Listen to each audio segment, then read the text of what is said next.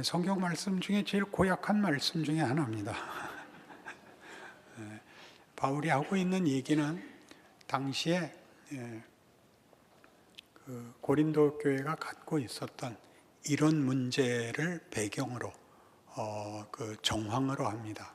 그건 뭐냐 하면 정신은 선하고 육체는 악하다라는 이원론적 생각이 있어서 금욕주의도 판을 치고, 또는 반대로 내 몸이 하는 것은 내가 아니고 내 정신이 바른 이상 내 책임은 다 끝났다 하는 그런 혼란스러운 주장들이 있는 그리스 문명이 그 정신적 유산인 교회인 것입니다. 그래서 이 말을 하죠. 혼자 사는 게 더 낫다. 결혼을 해도 잘못한 것은 아니지만 혼자 살아라. 이것은 우리가 지금 시대에 결혼을 하느냐 마느냐의 문제하고 좀 다른 문제입니다. 갈라디아서 6장에 가시면 그 실마리가 좀 풀립니다. 갈라디아서 6장 1절, 형제들아, 사람이 만일 무슨 범죄한 일이 드러나거든 신령한 너희는 온유한 심령으로 그러한 자를 바로잡고 너 자신을 살펴보아 너도 시험을 받을까 두려워하라. 너희가 짐을 서러지라. 그리하여 그리스도의 법을 성취하라. 만일 누가 아무것도 되지 못하고 된 줄로 생각하면 스스로 속임이라. 각각 자기 일을 살피라. 그리하면 자랑할 것이 자기에게는 있어도 남에게는 있지 아니하리니 각각 자기의 짐을 질 것이라. 물론 갈라디아서 할 때 설명을 한 적이 있는 본문입니다. 중요한 건 이거죠. 짐을 나누어 줘야 된다는 사실이고 각각의 짐을 져야 된다는 사실입니다. 짐을 나누어지는 것은 짐을 반반씩 나눈다는 뜻이 아니고 내 짐만 지지 않고 누군가를 더 붙들어야 된다는 거죠. 그렇게 하지 않고서 남의 짐을 나누어지지 않고 비난하고 정죄하고 구별하면 되는 거 아니다. 이게 중요한 핵심입니다. 남의 짐을 질 줄 모르고 혼자 난 그러지 않았어로는 아직도 되지 못한 거다. 그러니 짐을 나누어 줘라. 그 짐을 나누어지는 각자의 짐을 져라. 자기의 짐과 상대의 짐까지 지는 자기 짐을 져라. 네 짐이다. 떠넘길 수 없다. 그러면 자랑할 것이 자기에게 있느니라. 그게 곧 예수 믿는 자의 명예고 실력이니라. 이렇게 된 구절입니다. 그러니 둘이 사는, 우리 소위 세상에서 얘기하는 잘 사는 문제, 화목한 문제, 평화를 유지하는 문제, 행복한 문제가 아니라 하나님께서 우리에게 맡겨준 것, 우리를 묶어준 책임들을 지는 나가 되는 것. 그래서 자꾸 하나, 둘이 묶여 둘이 해결하고 둘이 행복하면 되는 문제가 아닌 하나님의 일을 해야 되는 자로 이 세상을 살고 묶어준 자들에게 묶여 그 짐을 지는 자로 사는 자의 상징으로 혼자 살아라, 혼자 살아라가 이제 여기서는 그런 고린도 교회의 정신 유산 속에 있는 이원론과 부닥쳐서 표현되고 있습니다. 이 문제를 좀 더 이해하기 위해서 에베소서 5장으로 가시면 이런 이 문제에 대한 이해, 곧 예수를 믿는 자로 자기 인생을 사는, 홀로 사는 것 같은 것이 가지는 이해에 도움을 주는 말씀이 나옵니다. 18절 말씀입니다. 술 취하지 말라. 이는 방탕한 것이니 오직 성령으로 충만함을 받으라입니다. 성령 충만은 대부분의 성도들에게 시간과 조건적인 공간을 떠나서 하나님의 임재에 감동, 넘침을 느끼는 것으로 맨 처음 이해됩니다. 그러나 본문은 앞에 있는 15절의 문맥 속에 있습니다. 그런즉 너희가 어떻게 행할지를 자세히 주의하여 지혜 없는 자 같이 하지 말고 오직 지혜 있는 자 같이 하여 세월을 아끼라. 때가 악하니라. 그러므로 어리석은 자가 되지 말고 오직 주의 뜻이 무엇인가 이해하라. 술 취하지 말라. 성령 충만을 받으랍니다. 그 앞에 있는 문맥 속에서 이거는 생각하는 것, 분별하는 것, 책임지는 것들로 되어 있지 어떤 경험, 감동 이런 것들과는 거리가 먼 문맥 속에 있습니다. 그러니 우선 성령 충만이라는 이 표현, 성령의 임재, 성령의 임재의 넘침이라는 것들은 다 예수 믿는 자들에게 오신 성령의 임재가 충만하게 혹은 어떤 확신으로 드러나는 것을 일컫죠. 그러나 본문 속에서 보는 시간, 앞뒤 문맥을 형성하고 있는 분별, 지혜, 어리석지 말 것, 깨어 있을 것 이런 말들과 연합을 하면 이것은 어떤 자라남, 점점 전진하여 무르익어가는 것으로 이해해야 맞습니다. 여기서 술 취함은 술에 취해서 술에 잡히는 것이 아니라 술에 취한 시간은 허비된다는 뜻으로 쓰여 있죠. 술에 취하면 자기의식, 잊혀져 있는 거죠. 술에 취해 있는 것은 자기 책임과 자기 의식이 묻혀버리죠. 여기서 말하는 방탕은 그겁니다. 허비하는 것, 낭비하는 것, 정신을 잃는 겁니다. 그것과 대비되고 있는 성령 충만입니다. 성령의 임재는 역사적 시작은 오순절 성령 강림입니다. 오순절 성령 강림의 성경적 의미는 예수 그리스도의 승천으로 말미암는 강림입니다. 예수의 승천은 예수께서 이 땅에서 하실 구원의 역사를 다 이루사 하늘나라 아버지께 가서 그가 하신 일이 아버지의 뜻이요, 아버지께 인정받은 일이라는 것을 증언하는 증인으로 아버지께 가서 아버지께 구하여 성령을 보내시는 것입니다. 구원의 완성과 그것이 하나님에게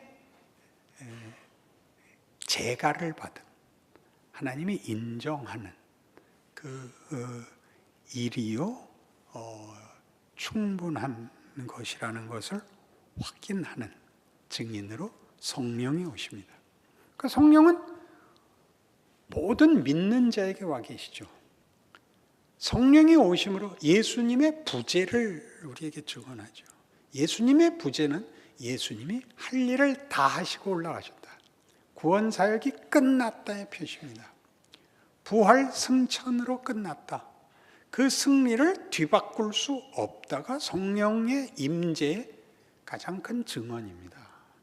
그 성령이 충만해지도록, 그 성령이 모든 신자에게 오셔서 예수 그리스도께서 약속하신 대로 로마서 6장에 있는 대로 우리와의 연합, 우리를 묶고 우리의 죽음에까지 우리와 함께 하시고 그의 부활에 우리를 묶고 그의 부활이 우리의 부활이 되게 하신 그 주님이 성령 하나님을 보내어 약속대로 하나님이 우리와 함께 우리의 생을 삽니다.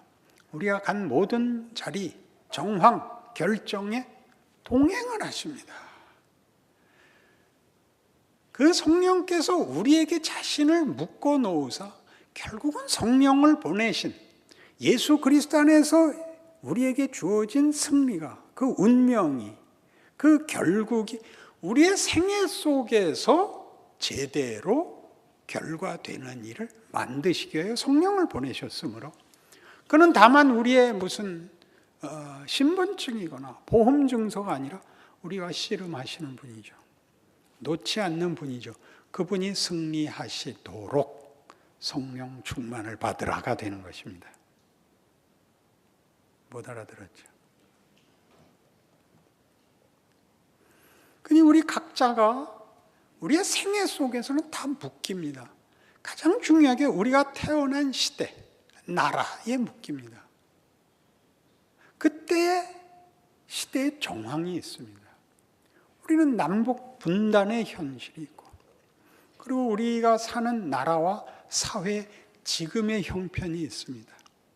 지금은 우리가 분노하고 원망하는 시대입니다.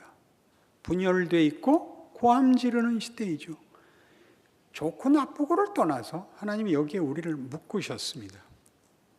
우리는 여기서 이 짐을 지고, 이 짐은 우리가 다 해결할 짐으로 지는 것이 아니라 묶여 있으므로, 내가 예수 안에서 얻은 구원과 예수로 말미암아 이루실 일들이 나에게 일어남으로써 나에게 묶인 자들에게 그 유익이, 그 효과가 나누어지도록 묶여 있는 것입니다. 짐을 나누어지라. 남의 짐을 나누어지지도 못하고 된 줄로 생각하는 자는 아무것도 되지 못한 자니라. 각각 자기의 짐을 지라. 그래야 하면 자랑할 것이 자기에게만 있다. 이 시대를, 이 나라를 우리가 짐을 지는 거죠. 너희가 짐을 져서 나를 편케 해줘. 세상에서는 그렇게밖에 요구할 수가 없습니다. 우린 우리가 지죠. 어떻게? 소돔 고모라 멸망 시에 물었던 조건같이 의인 10명이 되는 거죠. 그렇지 않습니까?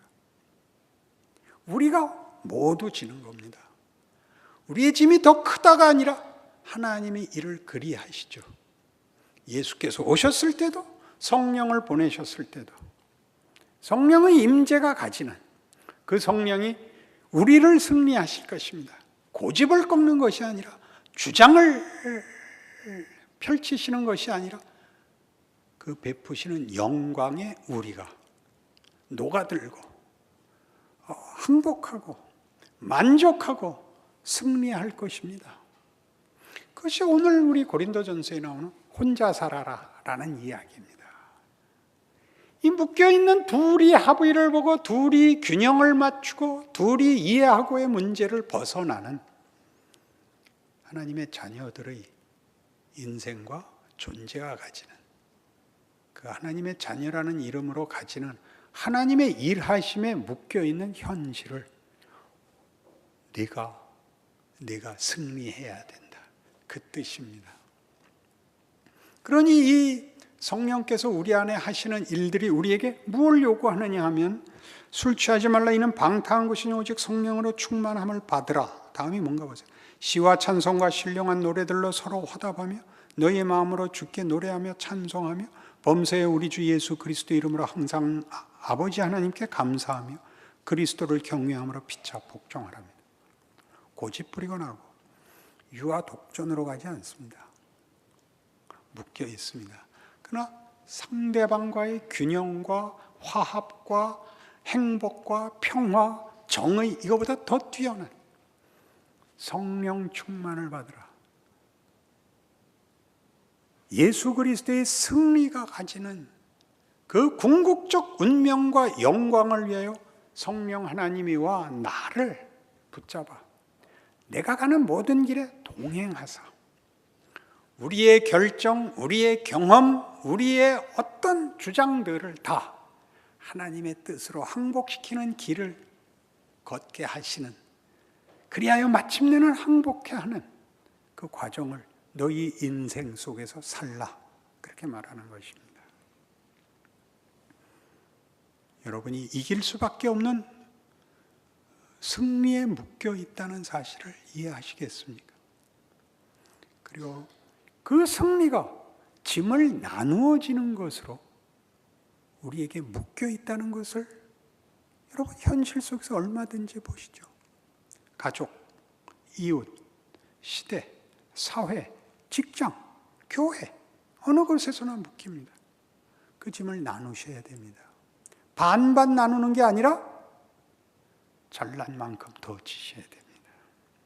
그건 상대방과의 합의가 아니라 그의 신앙의 실력만큼이죠. 자기 짐을 져야 되는 것이죠. 혼자 살아라, 그렇게 표현하는 혼자 살아라.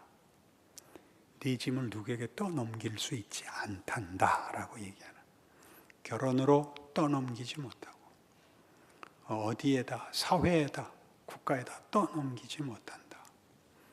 너는 다르다. 하나님이 그의 백성들을 부르시고 완성하시는 하나님의 손길이고 존재고 증인이고 실제다, 그렇게 말하는 것이지. 그렇게 여겨지지 않는단 말입니까? 성경의 증언을 기억하셔서 자기의 짐을 지는 영광과 승리가 있으시기를 바랍니다. 기도하십시다. 하나님 아버지, 우리의 인생, 우리의 자랑, 혼자 다 져야 하는 짐, 그거 예수께서 가신 길입니다. 예수께서 그 길 홀로 가셔서 그 구원과 승리를 우리 것이 되게 하셨습니다. 성령 충만입니다. 하나님, 우리 인생의 모든 과정, 우리의 모든 결정에 우리에게 자유를 주십니다. 함께 가자고 하십니다. 어디나 쫓아오십니다. 그리하여 결국 성령께서 이기실 것입니다. 우리를 항복시키실 것입니다. 주께서 그리하시고 성령께서 그리하시듯 우리도 우리의 인간 세상에서 그리 살아야 합니다. 지는 것 같고 아무하고도 생각을 나눌 수 없는 짐을 진 자같이 짐을 지고 홀로 싸워야 할 것입니다. 그것이 얼마나 복된 것인지, 명예로운 것인지, 하나님의 기적인지 알게 하사 감사하게 하옵소서, 찬송하게 하옵소서, 자랑하게 하옵소서. 예수님 이름으로 기도합니다. 아멘.